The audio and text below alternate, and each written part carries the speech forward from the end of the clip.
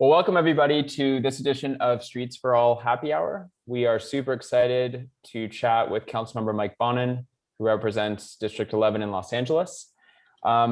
Just in case anyone's not familiar with Streets for All, we are LA's first transportation-focused PAC. We raise and spend money trying to get the right people elected into office and hold them to account. And we are in no way trying to get rid of cars. In fact, you'll see a car in our logo, but we are for a much fairer distribution of space on our public roads. So we don't believe that anyone should have to risk their life to ride a bike, and we don't believe that the bus should have to take 2 or 3 times as long as a private car. So with that, we'll go ahead and jump in. We have a few updates for you, and then we'll get to our conversation with Mike.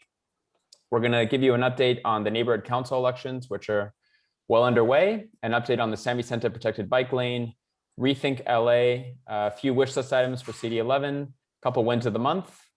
We will give you a quick reminder of an upcoming town hall, and then we'll get to our conversation with Mike.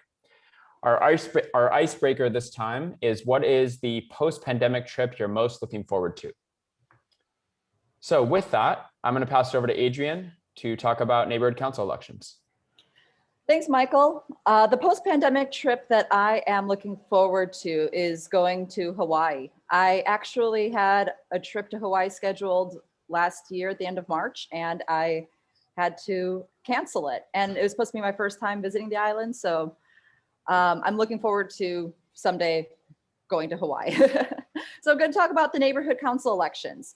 They're right around the corner, and these are very important. Many neighborhood councils are conservative and block progress on things that we care about, like bus and bike lanes.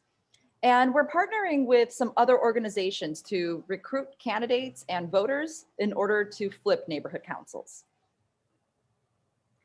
It is too late to run in all the regions except Region 11 and Region 12, which are listed at the bottom of the screen.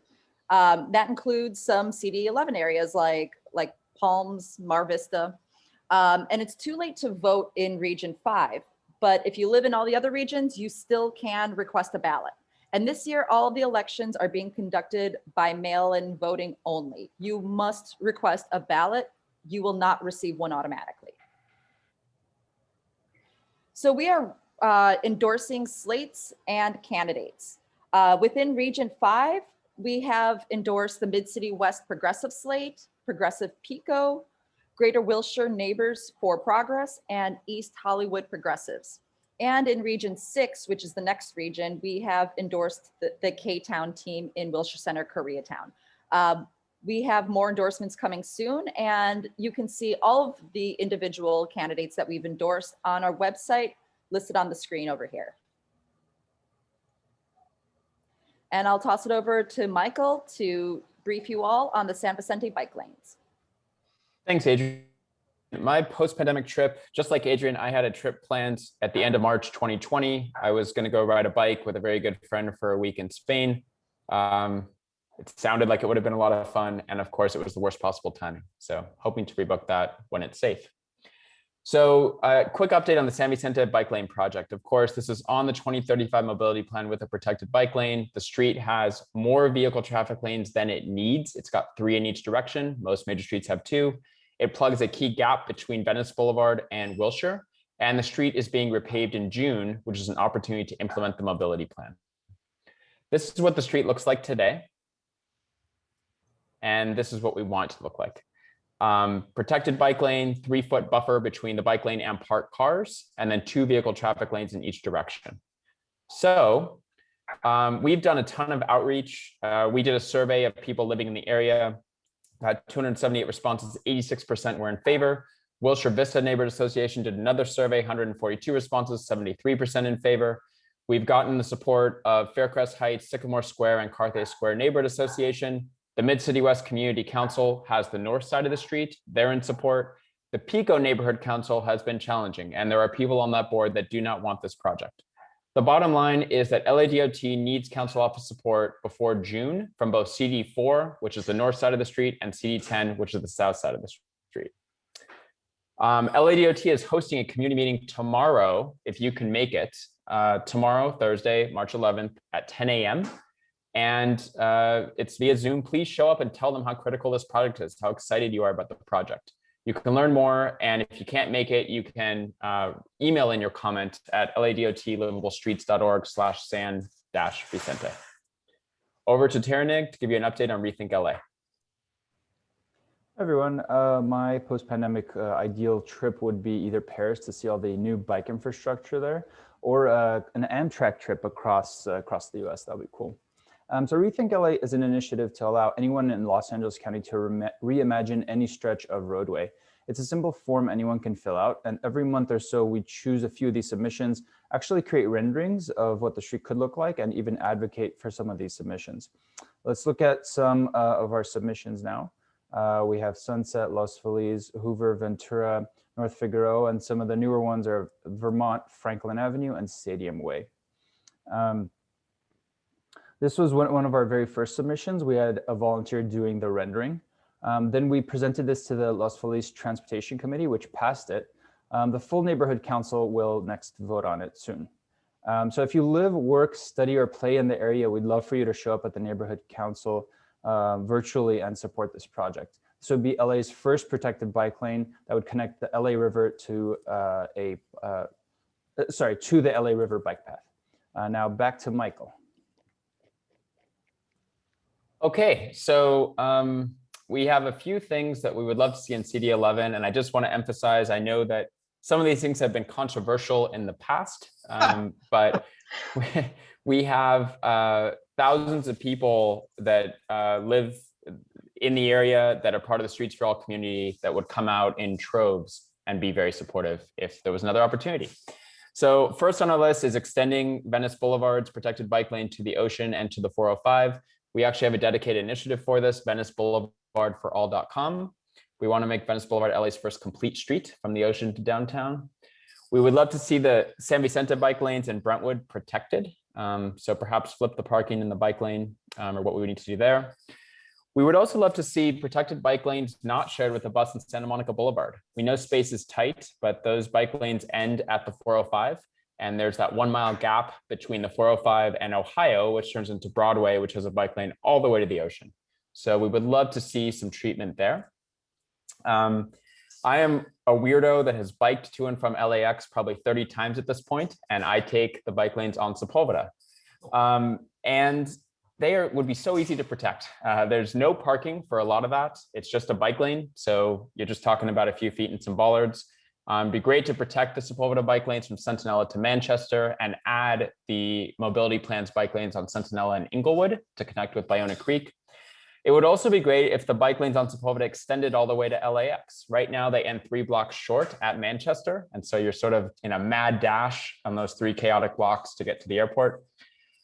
We noticed that there is a bike lane on Barrington on the mobility plan. There's very few north-south bike lanes. So we wanted to mention that as a great north-south connector. And finally, we've been following the Lincoln Boulevard project. We think it's a great first step. We love the idea of a bus lane on Lincoln. However, we would love to see it be 24/7, not just at rush hour. And we would also love to see it on the other side of the street for buses going north. So that is our CD11 wish list. On to some wins of the month, starting with Jenny. Hey everyone, I'm Jenny, and my the post-pandemic trip that I'm looking forward to is going to Montreal, Canada to visit my husband's family. I'm always fascinated at the public transit and bike networks in other cities, and I think their bike share system is called Bixi, so looking forward to using that. Our first win of the month is in the city of West Hollywood. Their city council unanimously approved studying the addition of protected mobility lanes on Fountain and Santa Monica. And this is a big deal because it's not Fountain or Santa Monica, it's both. So big shout out to Mayor Lindsay Horvath and Councilmember John Erickson for moving this forward. We think this is a fantastic first step for the council to take, but we're really looking forward to this going beyond just a study and actually getting implemented. And now over to Kyle. Thanks, Jenny. I'm Kyle. A trip I'm looking forward to. Just looking forward to seeing my friends and family back on the east side and the south of the country. We have 2 toddlers that haven't seen their grandparents in over a year, and so we're anxious to get that ticket. and maybe also after that, a child-free vacation weekend. So close after spending time with family, I love street closures. So I'm definitely excited about West Hollywood City Council approving the plan to pedestrianize Robertson Boulevard. It's going to be on the weekends. It's a pilot project, 6 p.m. to 2 a.m. For 3 months. But of course, we're hoping, as we do for these projects, that it becomes permanent, just like the bike lanes. And addressing a common top concern of projects like this, it's a great opportunity for us to reassert that it's people that bring business, not cars. And that's something that's been proven over and over again in very successful projects across the country and even within the city. So thanks to the dozens of you who voice your support via our call to action, and keep submitting those Rethink LA ideas. Your neighborhood probably has at least a few streets that would be better for everybody with fewer cars. And now Adrian's going to share an opportunity to chime in on the K-Town 6th Street project. Thank you so much, Kyle. So the Wilshire Center Koreatown Neighborhood Council has a really great proposal to turn 6th Street between Normandy and Vermont into a pedestrian plaza. It would reroute cars off of 6th Street down Wilshire instead. So far, the Neighborhood Council's collected about 600 responses with about 75% in support of this. The project would add much needed open space to Koreatown, reduce the traffic violence on their very dangerous streets, and also help the small businesses that really make up the fabric of the community. Tomorrow, the Neighborhood Council is hosting a town hall at 7 p.m.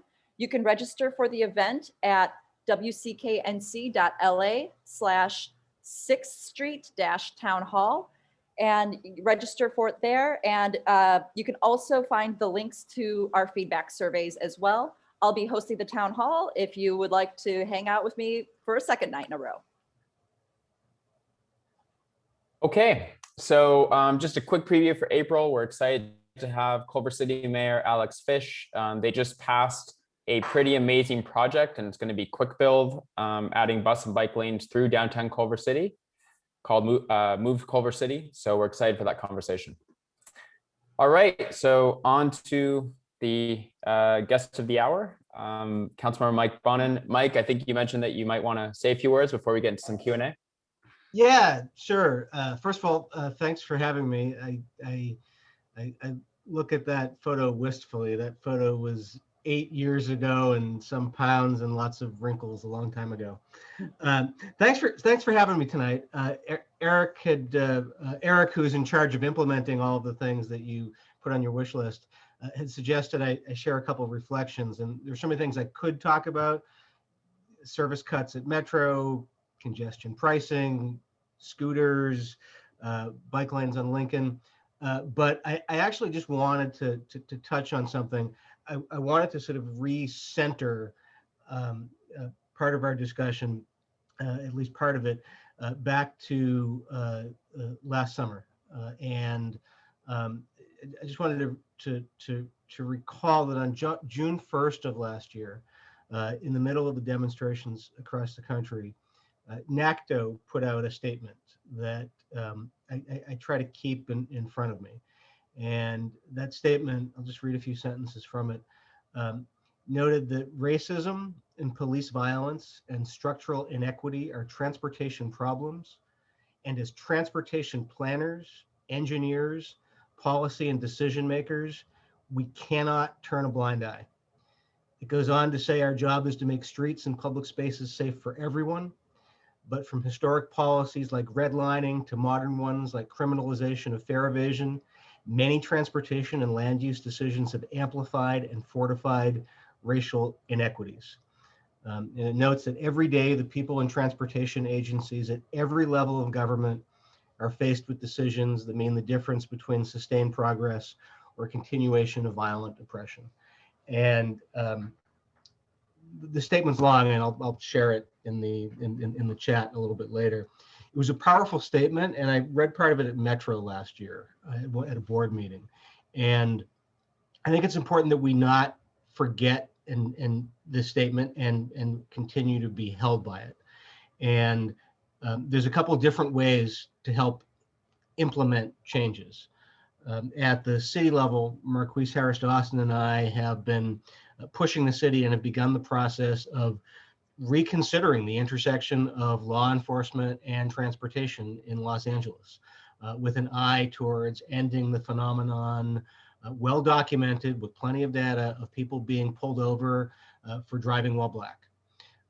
And at LA Metro, we are similarly, in fact, a few steps ahead, reevaluating how we do public safety on LA Metro, on our trains, in our buses, and at our transit plazas. And we just appointed a public safety advisory committee composed of members of the community to reevaluate how we do transportation there.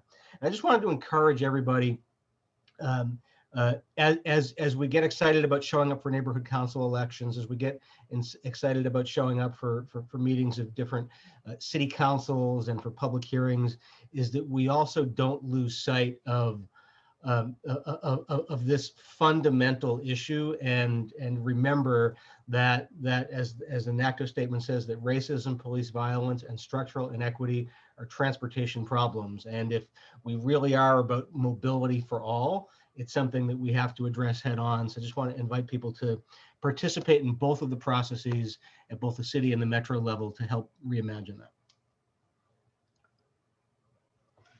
Thank you for that. And such important points that we also are mindful of and keep in mind when we are doing our work. So thank you for pointing those out.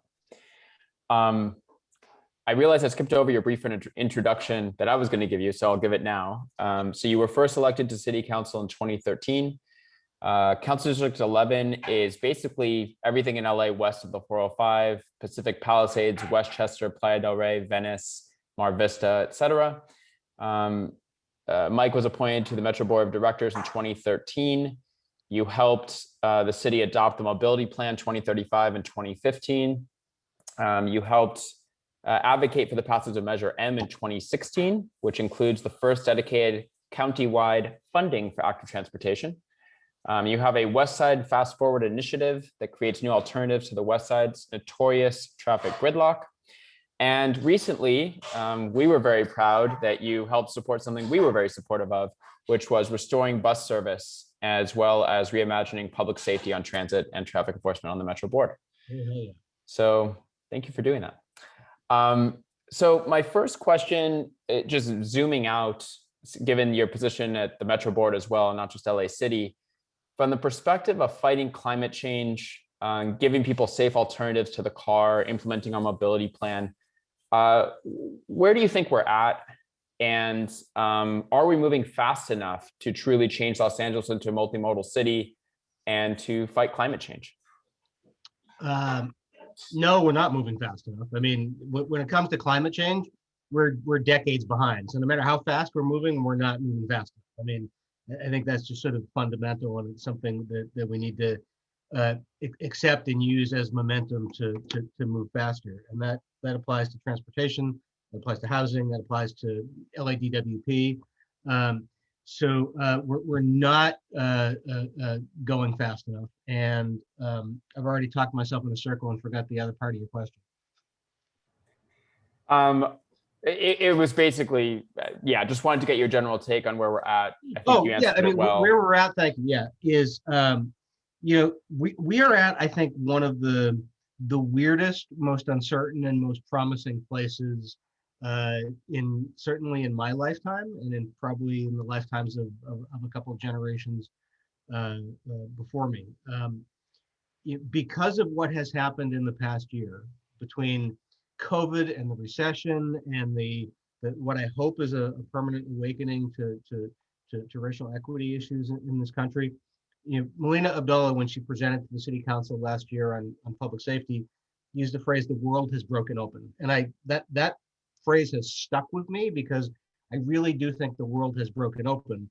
And we're at a moment now where we're trying, with increased speed over the past couple of weeks, and with increased resources, thanks to having a Congress with a modicum of sanity for the first time in a few years, we're now at this place where we have the ability to put things together.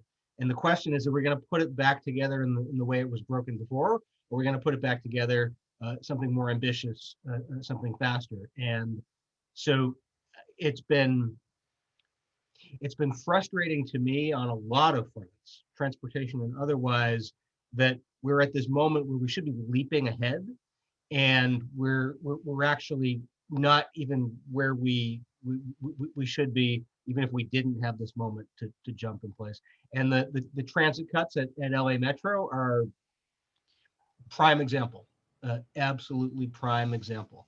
The fact that there was extra money there, and the fact that we have advocates and board members who are trying to convince the people who are in charge of service to do more service is messed up. We agree. Two more Metro questions quickly for you. Do you have any opinion on the Sepulveda Pass project, monorail versus heavy rail? Well, my first thing before I pick a mode is I want to make sure the damn thing gets all the way in my lifetime to the airport. To me, that I think is the big game changer, from the valley to the airport, not just to Westwood. So that is my first priority. I'm open to hearing the presentations of both. I'm far more skeptical about monorail. I just don't know that it's going to have the connections, the access points, that it'll be sort of that the monorail is a way to move something from point A to point B, but I don't know that it's the right thing to build and integrate with our neighborhoods, and it's going to be about bigger than that. So that's my concern there. I don't know, they're pretty fun at Disneyland. How do you feel about Metro continuing to widen freeways when we know how to induce demand, and that widening freeways doesn't really solve anything? I do not like that Metro still has a history of doing that. We have actually had a couple policies in place that I thought were sort of locked in to try to sort of rein that in, to put the freeway widening on a policy diet, if you may. And it's been very frustrating to see that continue to come back. I pick and choose my battles at LA Metro. I've certainly got more than enough of them for the moment. If we were going to widen things and see that result in induced demand, I would love to see us widen the service that we offer on our buses and allow that to increase in induced demand. So I want to go back to 2017. This is before I was following this stuff. It's before Streets for All existed. But, I'm sorry, I blocked that entire year out of my mind. There is no memory of it left. I don't want to give you PSD. But Got Rob Cadota on here. He feels the same way, I'm sure.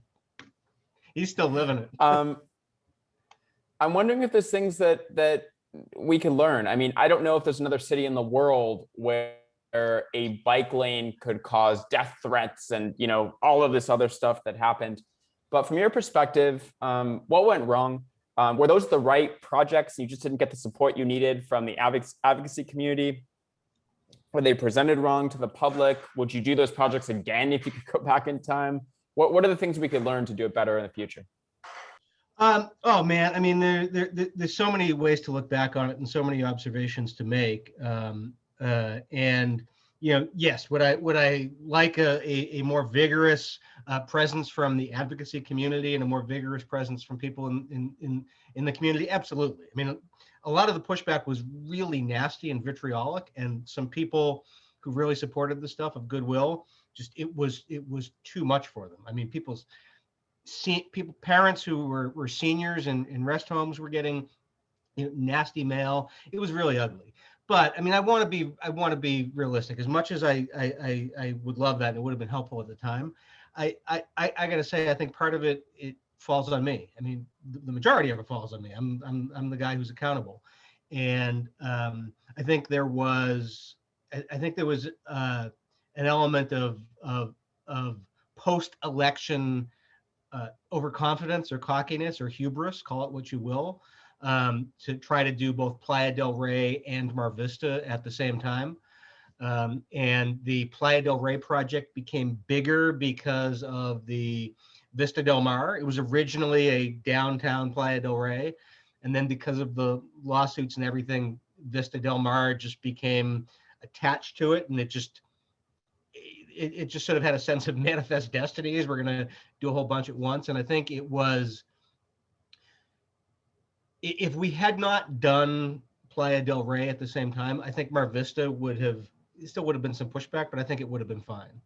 The energy behind Playa del Rey, where the outreach and the work was not nearly as thorough or as adequate as Mar Vista, and where the scope was enormous and affected so many more people from so many different places, that the brouhaha and the tumult that came from that with John and Ken and all those people, that wound up sort of spreading like a virus and infecting the discussion in Mar Vista. And if I had to do it over again, I don't know that any of the projects are bad. I would have started with Mar Vista, done it there, and then moved to somewhere else. Yeah, well, if it makes you feel any better, I was recently presenting a neighborhood council for Venice Boulevard for All, and Keep LA Moving showed up. And despite their long and lengthy nonsense, they overwhelmingly passed it. So I think the tide is turning. Which neighborhood council? So South Robertson. Yeah. So wanted to ask you how we make decisions in the city of LA. We have citywide bike lanes and bus lanes planned in our mobility plan, yet each council member has veto power over the lanes in their district, which makes it incredibly hard to make a network when any council member can veto their portion. And there's also, of course, a culture where one council member doesn't interfere with another council member's district. We saw that very clearly on Uplift Melrose, something that I worked very hard on that was killed by Paul Koretz.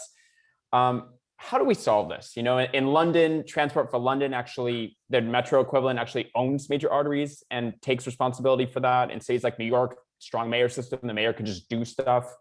Is it just about electing the right council members? Do we need charter reform? How do we change the system so it's much more functional? It's either one of those two things you just said. It's either electing the right people and keeping them there and holding them accountable to do what you want, or it's about changing the structure of LA government. I'm far more open to that than I ever have been. I've recently called for a consent decree over homelessness because I think the diffused structure authority of LA City and LA County and LASA makes us structurally incapable, even when there's money and will, structurally incapable to systematically address homelessness. And you get the same thing, you know, it's sort of a different scale and impact with transportation projects. And it's not so much that we try not to cross each other on the council. It's just, and I think my colleague Marquis spoke about this in council in a different context, is there's like 100 things on every agenda. And at a certain point, you have to say, okay, well, this guy knows more about budgeting stuff than I do, so I am going to listen to him. This guy knows a lot more about his district, which I have not been in 4 years. So you do weigh that judgment very heavily. And really the only way to change that is change the people who are in those seats, or change the structure so that we have a stronger mayor system. So I want to talk to you about parking. Parking minimums drive up the cost of housing, commercial space. Very painful when we have such a huge affordability and homelessness crisis. They also reinforce the car as the supreme way to get around our city. How do you think LA could eliminate parking minimums and even institute parking maximums to help drive a more multimodal future? I'll go back to the last answer. If you had charter reform and you had a strong mayor system of government, you could get that done a lot more quickly than you could with the system where we hear a lot from NCs and HOAs and that gets so much pushback. I mean, it really does become you know, a project by project, block by block issue, and that's something really you're going to need, you know, either state or a citywide thing to get it done, I think. So I think it's way too easy, convenient, and inexpensive to use a car here. And I know that Metro is studying congestion pricing. Do you think it has a real shot? And how do you think it could be implemented when taking into account equity and not penalizing lower income people that may have to drive for their job? Yeah, I've always been intrigued by congestion pricing because it's one of the few things that has worked. But like so many other things in Los Angeles, we've done it ass backwards, and I think I think we've done it backwards a couple times, and it's poisoned the discussion. I remember the first time I ever heard about congestion pricing was in 2005. Bill Rosendahl had just taken office, and Jaime de la Vega came into my office, and he was then deputy mayor for transportation, and said, "Hey, why don't we think about doing congestion pricing near the airport?" And the idea sort of went away for a long time. And shortly after I took office, SCAG came to me with their congestion pricing idea, with the mind that I was probably one of the elected officials most open to the idea. And they said, let's do it, in Brentwood, East Santa Monica, in that area. And I told them I thought that was a stupid place to do it because you don't have the alternative built in yet. You just don't have the alternative there. And the dynamic of that was going to be, you inevitably, wind up giving some dispensation to people who live in the area. And then not only are you piloting it in an area with tremendous pushback, you're piloting it in an area where the sort of weight and mass of the alternatives don't exist yet, with a promise of, oh, they'll be coming. And three, you've got yourself a situation where the inequity is going to be just as disgusting as possible, because you'll have a tech CEO who's exempt from it because he lives in Brentwood, but you'll have the person who's coming to tend to his yard having to pay it, and that's messed up. So what I said to SCAG is, if you want to do it, I think there's two places in LA to do it. One is you could look at downtown Los Angeles, where it's a far more walkable area and where there are genuine alternatives. And the other area I suggested, for a number of reasons, some I think responsible and some somewhat selfish, I'll be honest, was LAX. I wanted to disincentivize people from coming into the central terminal. We were actually building the transit alternative, right? We're getting rail there. We are building the people mover, putting in new intermodal transportation facilities. So I thought it made sense to do it at LAX because you actually have the alternatives. And because LA is slow to adapt to new outside ideas, I thought it was a perfect way to do it. Because if you could exempt the workers, right, the service workers from having to pay the fee, or most of the low income, you've now got a system where a huge number of people in Los Angeles are exposed to a congestion pricing system in a way that doesn't impact their daily life, but impacts them periodically. And I thought it was a great way to expose Los Angeles to it, because you'd really be exposing a huge portion of Los Angeles to it. They'd be aware of it, even if they weren't using it. And I thought that was the right way to go. And SCAG didn't listen. And now with Metro, taking another bite at the apple, but honestly, the way Phil initially rolled it out at that first meeting as a way to generate revenue as opposed to a way to relieve congestion, caused some problems at the outset that I think Metro's trying to reset. Last question before we go to the audience. Is there a mayor that you admire most in the world for how quickly they're changing their city and reallocating space for people over cars? Oh man, I suck at pop questions like that. Like, that's a question, if you'd asked me this morning, I might have had an answer, or I'll think of it tonight while I'm reading my kid a bedtime story. I just suck at those pop quiz questions. No problem. Let's go to the audience. I'm gonna go ahead and share my screen again.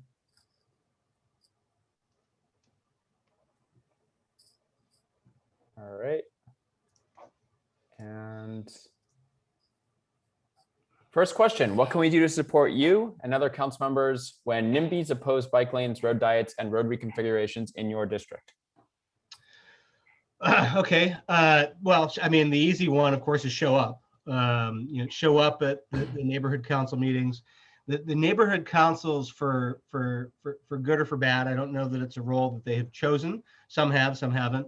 have become the forum of public litigation for a lot of these discussions. And a lot of neighborhood council members have really taken a lot of really, really harsh abuse. I mean, I signed up for it. You know, I ran for office for a position that pays. People are volunteers, and you know, as much as I need the backing, they need the backing even more. And that means engaging not just at those neighborhood council meetings, but it means, you know, organizing in the neighborhoods, getting people at the coffee shop to sign up. And as much as I can't fully recommend this next thing, but it would be helpful, I just can't recommend it, is there needs to be an opposing voice or a supportive voice, depending on your perspective, on social media. It's just, some of that is just so horribly toxic that I wouldn't ask anybody to go on nextdoor.com, but dear Lord, we certainly need that pushback on narrative, because we lose the narrative war a lot with the general broader public that just says, what, you're taking away a lane? That's bad. That is going to hurt me. And the work on the narrative is not something that can ever be done by an elected official. People don't listen to or respect or trust elected officials enough to counter a narrative they're hearing from all of their neighbors, from talk radio, from social media, the whole deal. It needs more voices from the bottom up. As someone who's running for re-election for my neighborhood council right now and is getting accused of being backed by billionaires with a secret agenda on social media, I fully understand what you're saying. Quick follow-up to this, actually. What would you need to see to feel okay about extending the Mar Vista treatment on Venice? Would the Venice Neighborhood Council need to flip, and then you have a supportive group of people? Or like, what are the mechanics that would make you feel okay about that? Large scale, vocal, sustained public support. You know, not one meeting, but you know, sustained support. You know, it intuitively makes sense to me there. But you know, I also I do a lot of controversial things. I've done them on bike lanes. I'm certainly doing them in trying to build homeless housing and homeless shelters there. And you know, there's realistically only so many battles any elected official who's elected to serve a populace can wage. So you really got to see some muscle and some energy behind it.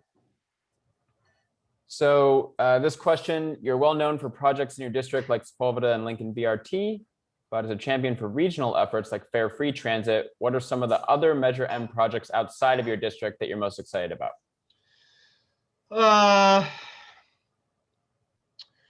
Yeah, I really am excited to see transit in the San Fernando Valley. I think that's important. I do think that the valley, which has long complained of being shortchanged, has been shortchanged. But I'm also really excited about the BRTs on Vermont and some of the other lanes. I'll tell you though, it's not the Measure M stuff I'm most excited about. I mean, I'm excited about it. I'm thrilled about it, right? But I am much more interested in, passionate about right now about trying to restore and expand primarily bus service, because it is the backbone of our system. And it, I mean, based on the population of who's on Metro, equity at Metro is restoring service, and there's not enough of a focus on that. So a lot of great Measure M stuff, but I want to focus on the less sexy stuff. I don't know if you want to make news here, but someone wants to know if you'll be endorsing in the CD5 election. I might at some point, but I will not be endorsing in the CD5 election until I know what the boundaries of the district are. We are way late in going through a redistricting process. The census data is coming in remarkably late. We may not get census data until, you know, September or maybe even October. and it's absurd. My perspective on this goes back 20 years to redistricting in 2000, when I worked for Councilwoman Ruth Galander, who represented Venice, Westchester, Crenshaw, and part of Mar Vista. And her district literally got picked up and put into the East San Fernando Valley. And that's where she spent her last year, serving an area that she had never gotten a single vote from. And because CD5 does not have an incumbent who is seeking re-election, in all the sort of, Rubik's Cube stuff that happens in redistricting, CD5, particularly as the Valley pushes to have one more full seat and not two straddled seats, CD5, I think, really might change pretty drastically. So I'm not going to endorse anybody until I know what the actual lines are. And I think the candidates will change based on that. Any updates you can give us on who the next CEO might be at Metro? Any favorites? No, because we ain't there yet. We ain't there yet, but would love to hear what folks think we should be looking for in our next CEO. Okay. So this is another question about bus lanes. There's been a lot of bus lanes actually during COVID put in downtown. Now we're talking about Lincoln. Can we expect to see more of them around your district and the rest of the city? I hope so. Eric Bruin's on my staff, who's on the call, and many of you know, has really been doing some great work trying to get Metro and LADOT to work together better, and he's been successful at it to sort of streamline a process and make it easier for the two agencies to work together to make that happen. And I'm hopeful we'll see some fruits of that labor. Just out of curiosity, what do you think the trade-off is for making bus lanes? If we just do rush hour ones, I suppose it's just not having that parking at rush hour. But if we want red carpeted 24/7 bus lanes, something's going to have to change, right? Is it parking? Is it a vehicle traffic lane? Is it totally dependent on the area? Do you have any thoughts? I think it really depends on the area. I mean, I think there are different parts of the city that are probably, easier or more accepting of it than others. It really is, I think. I don't think it's cookie cutter. I think it's sort of corridor specific, and you got to work through it in that manner. Okay. Question about the community plan update process. It's a great opportunity for community members to understand how their planning choices and preferences can prepare our city for climate change. Is it possible for the planning department to make planning for climate change a higher priority in their process? Yeah, I mean, we've certainly been trying to do that with our community plans. I've got a bunch going right now. We've been somewhat successful in making it a priority in something that is happening sort of overlapping with the Venice community plan. We're doing a local coastal plan there required by the state, should have been done 30 years ago. And the Coastal Commission is giving us some funds to specifically look at climate change in that. So that's really an important thing to do. I think we need to be looking both at, I think we need to be looking at climate change. We need to be looking at equity, and we need to be looking at sort of specific numbers about housing. We've got these RENA formulas for the city. We need to get it broken down so that if a community is going to spend 3 years of agonizing meetings and discussions and PowerPoint presentations and workshops figuring out their community plan, you can't say to them at the end of it, oh, by the way, you were supposed to be accommodating 10,000 more units of housing and you didn't. So now we're going to, be doing, spot zoning all over it for the next 10 years. You got to be telling folks, all right, the whole city needs to do X number of units. We're counting on this area to do X number of units. Where should they go? Do you think that the city council generally accepts the link between how we use our road space and the transportation options people have and climate change? Because I see, Paul Koretz always blows my mind because he calls himself an environmentalist, but blocks most bike lane projects. Like, do you think the city council as a whole sees that connection, or is it still TBD? Both yes and TBD. It's kind of hard to put a sort of characterization on the whole body because it's a lot of very different personalities. And there's 3 new members. I mean, MRT is a familiar one, but there's 3 new members that we have a sense of where they're going to be, but we don't know. You don't know until it actually happens. until a project comes out and you see what the pushback is and stuff like that. I think certainly there is a greater appreciation. Oh, they can't see me. I was pointing to my head. A greater appreciation in up here in the head, sort of intellectually, than there sometimes is in practice. And sometimes that's just a matter of responding to who you're hearing from. Zach wants to know, how do we bridge the gap on policies that people support on a statewide level, but against implementing them locally? There's a lot of examples of this. When you figure out, let me know. Okay. Moving on.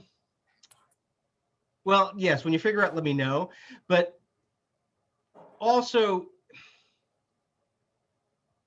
I'm not sure how true it is about transit, because I haven't seen specific polling, but I know from the United Way and the polling they've done on homelessness that the neighborhood level support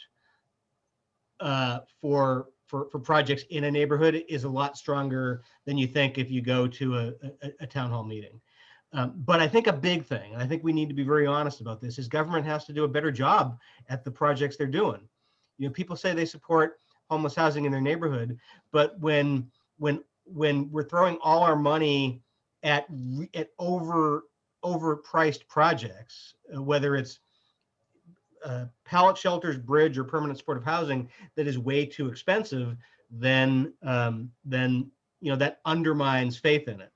And a lot of that means we have to be much better at community engagement on projects and making the projects work better and be cost effective. And I would suggest that translates for transit projects as well as for homelessness. Sarah wanted to thank you for championing a big fix to increase transparency and participatory budgeting for public housing in LA. Will you champion similar measures to give riders of public transportation a voice? Yeah, and I would love to find a way to better operationalize that. I mean, who would say no to that question, right? So how do we operationalize that? And I'd be very eager to hear that. When it comes to the public housing, it's sort of a fixed population.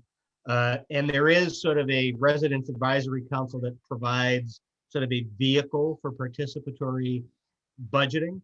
And there are organizers from like Power or LA Ken who are on site with public transit, because public transit is by its nature a moving target, and the people using it come from all over on different schedules. We need to figure out a way to sort of operationalize that. And one of the things that makes it challenging is the people who tend to engage in public decision making tend to be, whether it's voting or showing up at a meeting, tend to be older, tend to be whiter, tend to be wealthier. And that is not what Metro's ridership is. 60-70% of Metro's ridership is low income. It's largely people of color. So it's a chronic problem for government to figure out ways to be more inclusive, to be more inviting, and to find ways to meet people where they are. I think this is a really interesting idea. What about a climate czar at the city or county level to cut through the decentralized governing that leads to a lack of strong coordinated alternative transportation policies? It's funny. I'm sort of reluctant generally, although here I am, pushing to basically have Judge Carter take over homelessness from the city and the county because they can't get it done. And I guess if I think about it logically, you could say the same thing about climate change. So my instinct as I was reading it pop up on the screen was no, but now that I'm thinking of it, I think I've kind of boxed myself in with my own logic. So I may need to reconsider my initial answer. Well, so are you saying that we should do something similar to what you're proposing with homelessness, with transportation?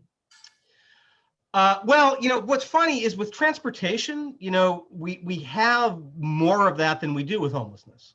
right? Right now, the Los Angeles Homeless Services Authority has far less ability to put in a project that saves someone from dying than Metro has to put in a project that moves somebody from point A to point B. AQMD has more power to clean the air than LASA has to save somebody's life. So you know, there's more authority for transportation stuff. There isn't for climate stuff writ more largely though. Can you explain Metro's modernizing highway program? Some advocates see it as a pathway to slowing down Metro's freeway expansions. What do you see it accomplishing? I don't know. I'm not familiar enough with the capitalized term Metro's modernizing highway program, absent a refresher briefing memo from Eric before I walk into a meeting. I'll be quite candid on that. There's a lot of shit at Metro. There is so much stuff, and I have been extremely blessed to have Eric Bruins now, and prior to him, Paul Backstrom, help me navigate and just remember from month to month what's going on. So if there's a pathway to slowing down Metro's freeway expansions, it sounds like something I'd enjoy though. I think this might be more of a question for CD5 than you, but portion of Sepulveda. It's basically a question about a kind of quick build BRT while we're waiting for the monorail or the heavy rail or whatever it's going to be on Sepulveda from UCLA to LAX. Would you support it? I mean, I'm open to it. I think one of my first questions, being as parochial as anybody else, is what about Bundy Centinela? My dream. I mean, I imagine it's far more likely that we'll have eventual rail closer to Sepulveda, but I would love the idea of rail that came over, connected at Expo Bundy, came down Bundy with stops on Venice, on Washington, at Playa Vista, which is a jobs hub. So I'd be open to BRT on both of them, but if it's a choice, I'd want to sort of weigh what's going on. Do you think the Purple Line might ever be extended to the beach, and then maybe you have a branch that goes down Bundy? I guess it's possible. I think a lot of the momentum for that went out with the opening of the Expo Line and with Antonio leaving office. I mean, if you think about where the Metro board comes from and the imbalance in the county, it's going to be hard to get people to invest the dollars and the time in north-south rail. The thing that saves that is it also includes the valley. It's going to be harder to get, I think, another, even though it's a more appropriate heavy-duty line with bigger density, another line on an east-west map on the west side, that on a map looks like it's 3 inches away from the Expo Line. I just think it's a tough sell with the board. Another question about congestion pricing at LAX. Do you think parking revenues that they receive are the reason why the congestion pricing never took off? I don't. There's so many conspiracy theories about LAX and transit, and all of them may be partially true, right? And I don't think any of them is exclusively true. I know that when I first came into office and the mayor appointed me to the Metro board, getting a connection to the airport was my number one priority at that time. And I had a different location than what was ultimately chosen. I think it was a better location than what was ultimately chosen. It was closer to the airport. But the board just wasn't willing to spend the extra money. And there were people who didn't want to slow down the progress of the Crenshaw line in order to make that change. So it didn't happen. When Janice Hahn started engaging on it, she really wanted to see, underground underneath the terminals. And that sounds great, but operationally it was just a nightmare and didn't work with a footprint of an airport that that, you know, in terms of airports, isn't much bigger than a shoebox. I mean, it's one of the smallest big airports in the country. So probably a little yes on that, and a lot of no on that. I think we're almost out of time. Any final last words you'd like to say? See, again, pop questions. I'm not. Oh, that was an easy pop question. All right. I was on LA podcast about a year and a half ago, and they asked me for my LA story. And if you are a listener to LA podcast, and I recommend it, they asked that of every guest, and I still didn't have an answer for it. But now I do have an answer. Okay, I thought of it. Podcasts. I started last year my own podcast, What's Next Los Angeles. I took a break in February. We are coming back in the next couple of weeks, and either the next episode or the one after that will be focusing on LA Metro, and it will be talking about service cuts and policing, what we're looking for in the next CEO, and fare free transit. And I'll be talking to Scott Frazier from Investing in Place and LA Podcast, and representatives from ACT LA, Scarlett De Leon, and Oscar, whose last name I'm drawing a blank on, from Sage. So I think that'll be an interesting discussion. So you can find it wherever you find your podcasts. Sounds like you've said that before. I have. Well, Mike, thank you so much for your time. We really appreciate your support on so many issues that we find really critical and important for our city. And we're grateful that you came on today. Thank you very much. And Oscar Zarate from Sage. Thank you, Sarah, for saying that. I appreciate it. All right. Have a good evening, everybody. Thanks for coming. Thanks all. See you next month.